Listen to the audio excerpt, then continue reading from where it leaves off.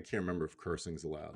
When you're like 14, you're like, holy shit, the world's out to get me. What? Data. Bob, what do you see your folks that you work with have more trouble with? Asking the right questions or shutting the hell up? There's no Toastmaster for listening. Twilio? Revenue and business drivers, like the love language of the CEO, right? Why do we need customer success? If everyone's doing their job well, why do we need a dedicated department for that? There's really no way for us to measure whether that was successful or not because we don't know if the statement was true in the first place. It all boils down to one thing that's pretty big and important to the company that the company's counting on you and your team to get done. What are they really on the hook for? That's a good question. I've never thought about that before. I'm like, well, you better think about it.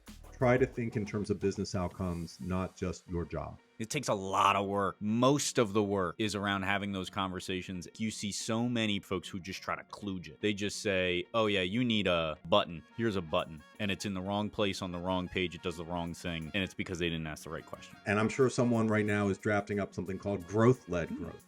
I mean, I hate to be so cynical, but how do I know I should really be paying attention to that? I make the rules here, Bob. Period. Exclamation point.